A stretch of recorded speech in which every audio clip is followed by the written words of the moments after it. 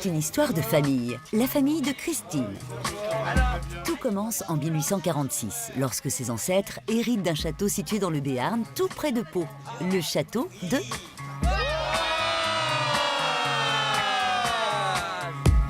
Le château de Coarraze, c'est d'abord une famille bien organisée.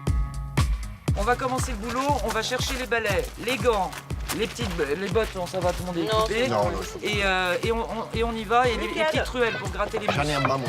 Allez, On est parti. Allez, hop là, let's go. Let's go l'équipe.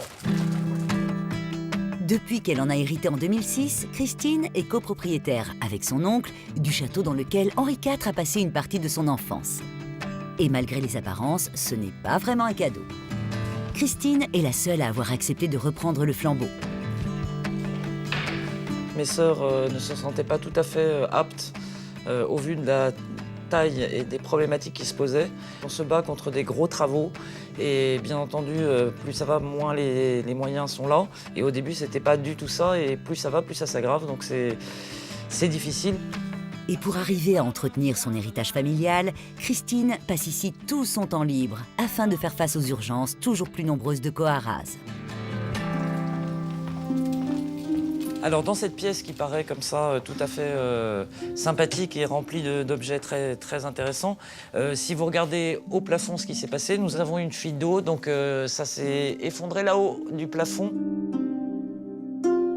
Un dégât des eaux, c'est terrible parce que ça peut être inimaginable et s'infiltrer partout. Et quand c'est des plâtres qui sont très anciens, ça s'imbibe, ça s'humidifie et ça devient très très compliqué de les retravailler et de les retrouver. Et les infiltrations d'eau ne sont pas les seuls problèmes auxquels Christine et sa famille doivent faire face. Érigé au XIVe siècle, le château a été incendié 2 fois avant d'être reconstruit sous sa forme actuelle au XVIIIe siècle. Si l'ensemble des bâtiments qui le composent subit les outrages du temps, certains sont plus affectés que d'autres. C'est le cas de la charpente médiévale qui surplombe les écuries, ou du mur de soutènement qui maintient l'ensemble de la terrasse du château. Entièrement classé monument historique depuis 2011, Coarraze est restauré selon des règles précises. Christine mobilise régulièrement sa famille et ses amis pour défricher et nettoyer à la main, et pierre par pierre, les murs du château. Il y a eu du boulot, hein. Ouais. C'est un sacré chantier. Là, t'as la terre, hein, si on non, fait mais t'as rien, raison. ça peut s'écrouler. Laisser le temps faire son œuvre de destruction, François Régis, le cousin de Christine, ne peut s'y résoudre. Il faut sauver avant tout une âme, un esprit. C'est notre sang qui coule dans cette maison. C'est notre raison d'être. Voilà. Nous avons une mission, c'est le passeur du patrimoine. Lorsqu'on a reçu quelque chose, c'est essayer de le transmettre, de le passer aux générations futures. C'est notre mission principale. Et chez ces passeurs de patrimoine, mettant tout en œuvre depuis 2 siècles pour restaurer et préserver le trésor familial, le principal est là. La relève est assurée. C'est une mission qui me tient à cœur. Ce serait dommage que le château s'arrête à notre génération. Moi, je me sentirais un peu coupable d'avoir perdu le château alors que pendant 200 ans, mes ancêtres ont réussi à le conserver.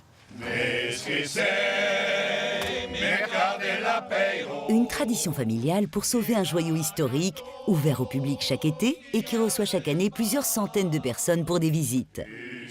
Sa légende, portée par tout le pays béarnais, est chantée en castillan.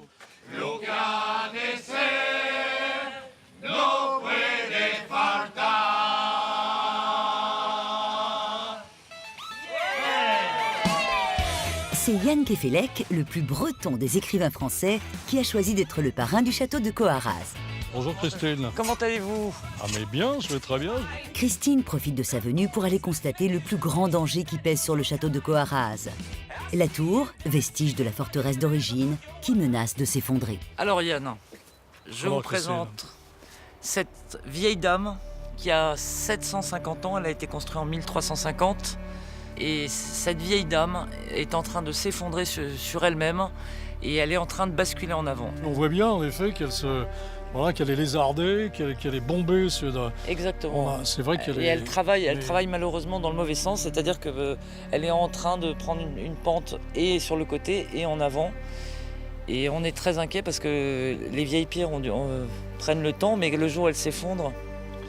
Quand elle s'effondre, c'est trop tard. Et pour faire face à cette urgence, Christine a besoin de vous. Nous avons besoin et nous cherchons des bénévoles, nous cherchons des mécènes qui puissent nous aider à faire revivre ce patrimoine qu'est le château de Coiraz.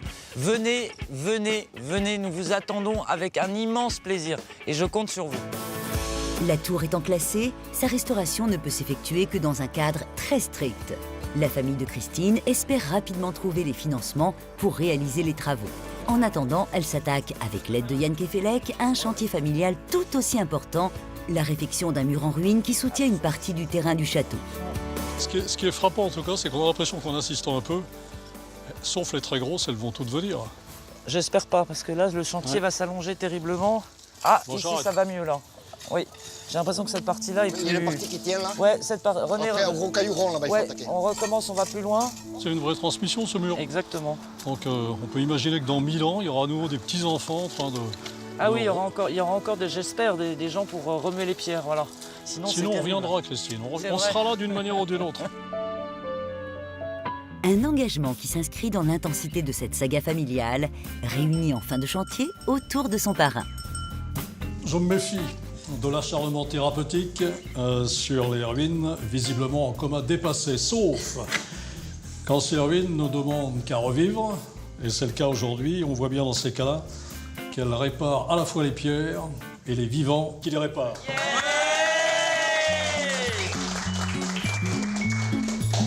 Tout à l'heure, Christine évoquait Coiraz en disant que ce château, cette maison de famille, la faisait penser à un grand navire, et je suis tout à fait d'accord avec elle. Moi-même, je pense au Belém lorsque je suis ici.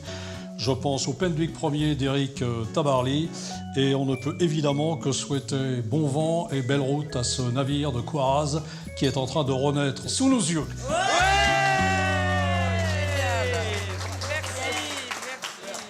Bravo.